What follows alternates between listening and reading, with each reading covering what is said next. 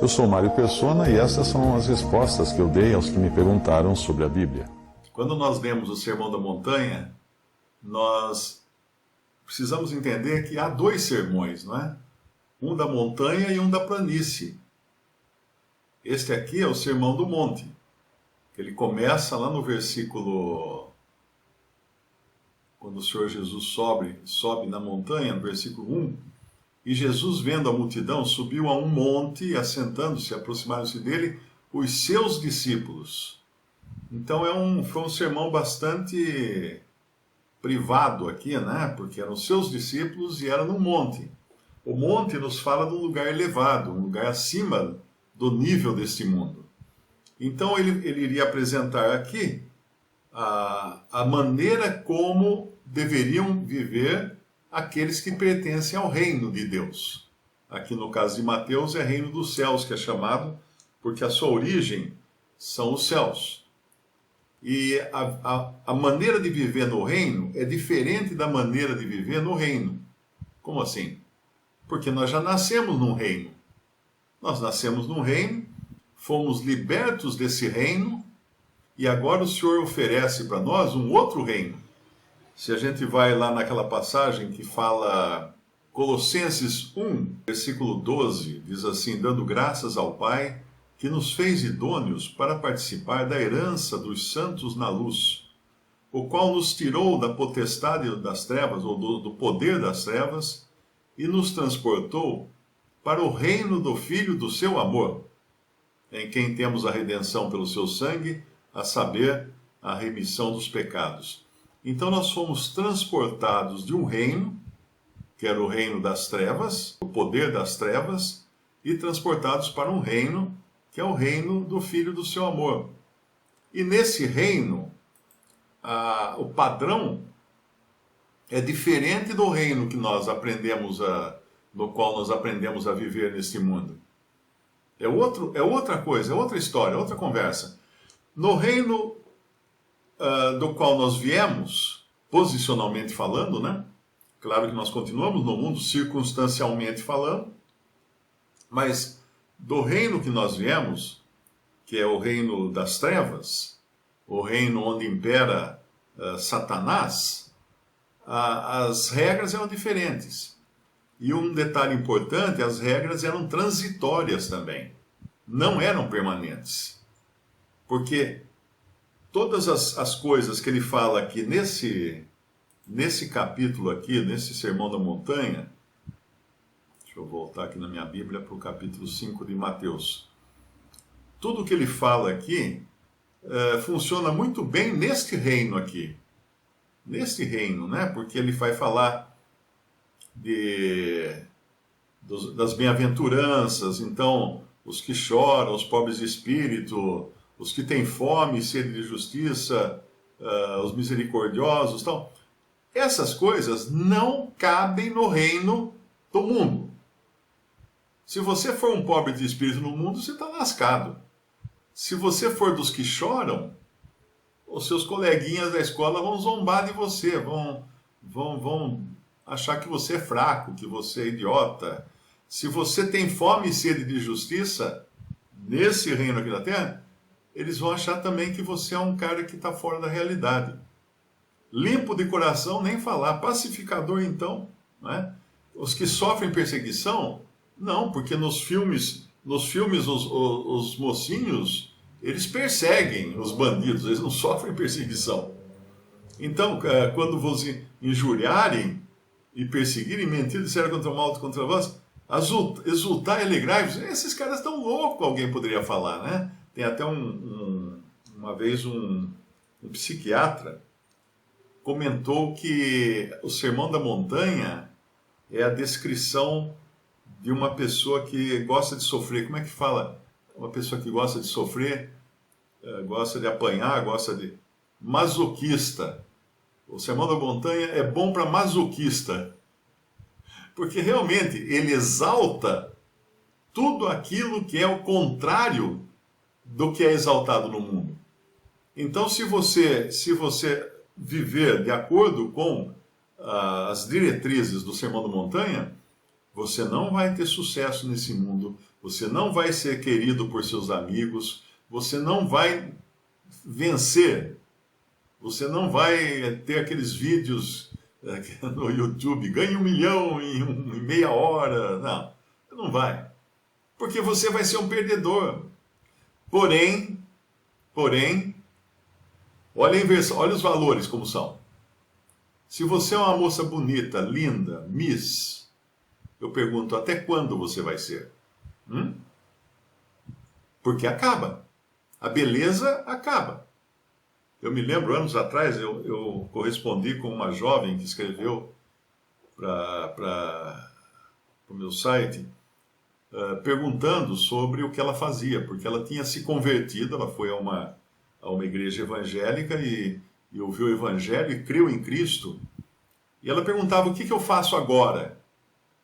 Por que ela perguntava isso? Ela estava aflita, porque ela tinha 2 filhas já, e ela era dançarina de boate. Aquelas dançarinas que você vê lá dançando em boate, em barra, como é que chama? É barra aquilo, não é barra. No post, aquela seminuas, né? Ou nuas às vezes. Ela falou, e agora, como é que eu tenho que fazer? Isso é o que eu sei fazer. Ela ainda falava que a profissão dela era seduzir os homens. Essa era a profissão. Como que ela ia praticar a profissão dela agora? Eu falei, olha, você deve orar ao Senhor, você deve buscar a vontade dele, mas eu não vou dizer para você o que você deve fazer ou não fazer. Pense só o seguinte, você gostaria que as suas filhas, quando fossem maiores, seguissem essa profissão? E outra coisa, você é jovem, é bonita, mas quanto tempo vai durar isso? Porque essas boates contratam só as jovens bonitas. Começou a virar pelanca, já ninguém quer mais, já vai para fora, né? E aí? Então eu falei, olha, é melhor se você conseguir um emprego Ela morava nos Estados Unidos, né? Era uma brasileira morando nos Estados Unidos. Se você conseguir um emprego de balconista no supermercado, pelo menos você vai estar trabalhando numa profissão que você pode crescer nessa profissão, independente da idade. Você pode depois ter outra profissão também que não dependa da beleza física. Esse é o problema. E também não depende de fazer isso, né? De seduzir homens, de criar situações que são constrangedoras. E graças ao Senhor, ela depois me agradeceu isso, ela realmente abandonou a profissão, continua até hoje firme no Senhor, de vez em quando ela curte alguma postagem minha, fala que está bem. Então, as coisas aqui desse mundo que fazem o sucesso desse mundo, elas perecem, elas não são permanentes. Então nós temos que aprender a andar de acordo com o outro mundo onde nós vamos estar. Mas de onde vem o poder para nós andarmos de acordo com esse outro mundo? Aí que está o segredo. Teve um homem que ele estava a ponto de perder tudo. Tudo que ele tinha, tudo que ele era, inclusive a vida. Inclusive a vida. E ele suportou aquele momento com dignidade, com paciência. Como que ele suportou? A gente pode ler a história dele, está em Atos, capítulo 7, versículo 54. Ele estava, aqui eu estou falando de Estevão, ele estava pregando aos judeus aqui, os judeus muito irados com ele, e ele era um perdedor. E os judeus, claro, estavam no auge do seu bullying, né, dos seus castigos contra ele. Versículo 53 do capítulo 7 de Atos. Vós que recebestes a lei por ordenação dos anjos e não aguardastes, e ouvindo eles isto, essa foi a conclusão, né, do discurso que começa no capítulo 6, depois quem quiser pode ler o discurso inteiro de Estevão. E ouvindo eles isto, enfureciam-se em seus corações e rangiam os dentes contra ele. Por quê? Porque ele é fora da curva. Ele é um homem fora da curva. Como que nós vamos deixar um cara desse vivo? Não pode, né? Não pode. Ele está transgredindo tudo que diz respeito ao reino daqui da terra, ao reino das trevas, ao reino do qual Satanás é o príncipe, ao reino do mundo. Ele está indo contra, ele está contra a corrente. Mas ele, estando cheio do Espírito Santo, no versículo 55, fixando os olhos no céu, aí está o segredo. Ele foi para a fonte do poder. Onde está a fonte do poder para se viver de acordo com a vontade de Deus, de acordo com as premissas desse novo reino do qual nós estamos inseridos? Fixando os olhos no céu, viu a glória de Deus e Jesus que estava à direita de Deus. E diz: Eis que vejo os céus abertos, e o Filho do Homem que está em pé à mão direita de Deus. Mas eles gritaram com grande voz, taparam os seus ouvidos, arremeteram unânimes contra ele, e expulsando-o da cidade, o apedrejavam. E as testemunhas depuseram as suas capas aos pés de um jovem chamado Saulo. Olha aí, quem que é esse Saulo, né? Olha aí, ó. E apedrejaram a Estevão, que em invocação dizia: Senhor Jesus, recebe o meu espírito. E pondo-se de joelhos, clamou com grande voz: Senhor, não lhes imputes este pecado. E tendo dito isto, adormeceu. Então, onde que ele foi encontrar recurso, força, poder para enfrentar aquela turba de homens que queriam acabar com a vida dele, que queriam acabar com tudo que ele era, tudo que ele tinha? Olhando para o céu. Então a origem do nosso poder está no céu. E se você lembrar que o Senhor deu aquela instrução para nós armazenarmos tesouros no céu, onde a prata não rói, a ferrugem não corrói, por quê? Porque lá as coisas são permanentes. E as coisas aqui são passageiras. Você pode estar maravilhosa, você pode ganhar um concurso de Miss, mas não vai durar. Não vai durar, daí vai começar a despencar tudo, né? Como costumam dizer, começa a despencar, virar tudo pelanca. Aí não adianta, e plástica para cá, e vitamina para lá, e ginástica, não sei, não adianta. Essa é a dinâmica da vida. Então, se você tem a sua vida voltada a conquistar as coisas aqui, elas são perecíveis. Elas são perecíveis, elas não vão durar. Elas não vão durar. Agora, se a sua vida é voltada para o céu, é lá que está o exemplo nosso. Como o Senhor Jesus viveu aqui na terra? Como um perdedor. Como um perdedor, um perseguido, um cuspido, um xingado. Foi assim que ele viveu aqui. Ele não revidava. Né? Quando ofendiam, ele não revidava, mas entregava tudo àquele que tem poder para julgar todas as coisas. Ele foi assim aqui. Então, ele andou da maneira como ele prega no Evangelho. Né? Tem uma frase em inglês, que é uma exortação, né? Que diz assim: walk the talk. Walk the talk. Ou seja, viva conforme o seu discurso. Viva da maneira que você prega. E ele viveu exatamente da maneira que ele pregava. Em nenhum item, em nada lhe foi diferente das coisas que ele falou. Então nós temos um exemplo. Não estou falando aqui de salvação, hein, por favor. Aqui eu estou falando para pessoas que já são salvas, porque um dia creram em Jesus como Salvador. Não estamos falando de salvação, estamos falando agora de vida. Como viver no tempo que nos resta aqui na terra, de acordo com aquilo que é determinado no céu e com o exemplo que Jesus nos deu.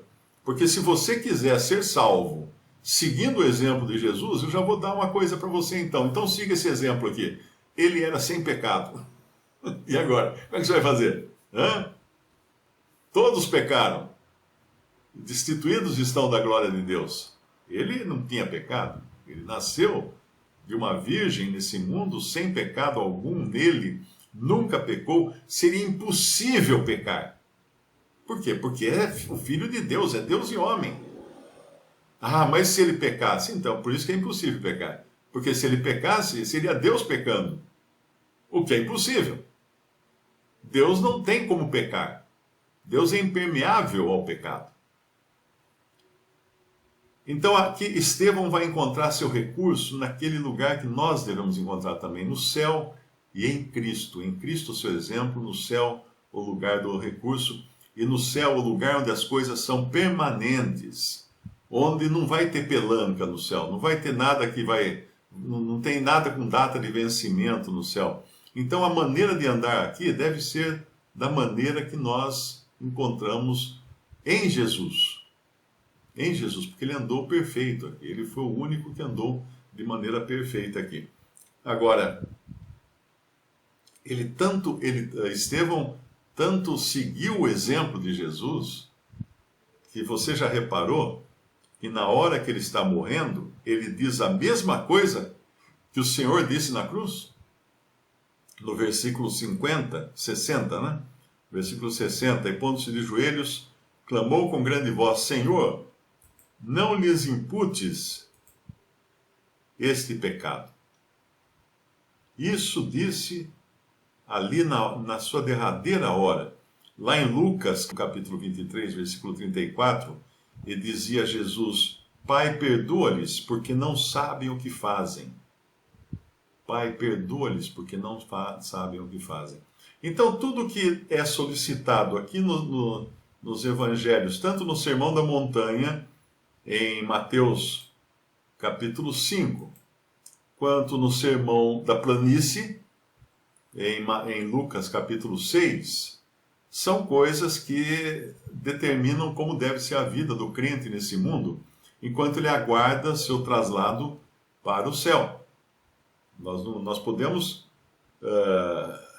podemos talvez não conseguir viver dessa maneira, né, por falta de fé, por falta de poder espiritual, não é? Mas essas coisas estão aqui. Não tem como negá-las. Não tem como negá-las. Então, quando a gente chega no versículo 21, ouvistes o que foi dito aos antigos: não matarás, mas qualquer que matar será réu de juízo. Isso aqui estava na lei, não é? No versículo 22, eu, porém, vos digo que qualquer que sem motivo se encolerizar contra seu irmão será réu de juízo. E qualquer que disser a seu irmão raca será réu do sinédrio. E qualquer que lhe disser louco será réu do fogo do inferno. Mais uma vez, o Senhor está aqui não dizendo que você que já creu no Senhor Jesus e está salvo eternamente, irá perder a salvação se você xingar o vizinho. Não é isso que ele está dizendo aqui.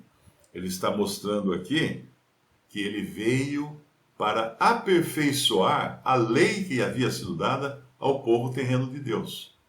Porque tudo isso que está sendo dito aqui, ainda que hoje até mesmo salvos patinem, né, não consigam andar perfeitamente dessa maneira, este será o padrão para o reino de Cristo na Terra, o milênio. Então, quando ele fala tudo isso, ele está olhando para onde? Ele está olhando para o milênio, para quando ele vier estabelecer o reino na Terra. E realmente, se alguém no milênio xingar o seu vizinho, ele será morto. O que xingou, né? O que xingou será morto, porque haverá juízo a cada manhã. As pessoas às vezes pensam que o reino milenial de Cristo é uma coisa maravilhosa, né? Que legal, todo mundo feliz, todo mundo em paz e segurança, não vai ter bandido nas ruas, não vai ter assaltante e tal. Mas se você falar alguma coisa... Porque lembre-se que no reino, o reino não é o céu, o reino milenial de Cristo na Terra não é o céu.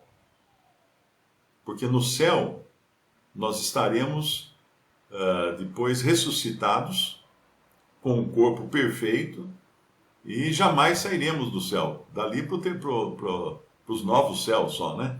Mas no reino milenial de Cristo é um reino onde entrarão os sobreviventes da grande tribulação. Quem não morreu na grande tribulação vai entrar no reino e vai viver 1000 anos na terra.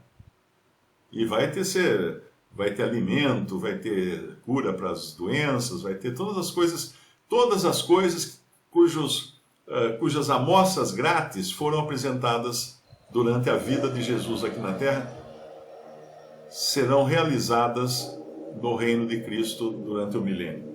Agora, voltando apenas a lembrar que nós estamos diante de duas realidades aqui. Uma é o Sermão da Montanha, outra, em Lucas 6, é o Sermão da Planície, onde ele começa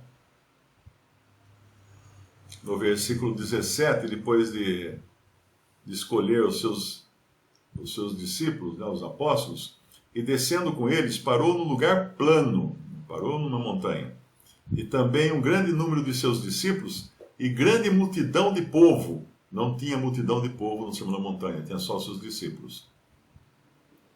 De toda a Judéia e de Jerusalém e da costa marítima de Tiro e de Sidom. Então, ali estavam pessoas também de lugares distantes, os quais tinham vindo para ouvir e serem curados das suas enfermidades. Também os atormentados dos espíritos imundos e eram curados. E toda a multidão procurava tocar-lhe, porque saía dele virtude, o poder, e curava a todos. Aí que ele começa, né, levantando os olhos para os seus discípulos, dizia: bem-aventurados vós, os pobres, etc, etc. Apenas essa observação que pode servir de meditação para muitos. Até aí.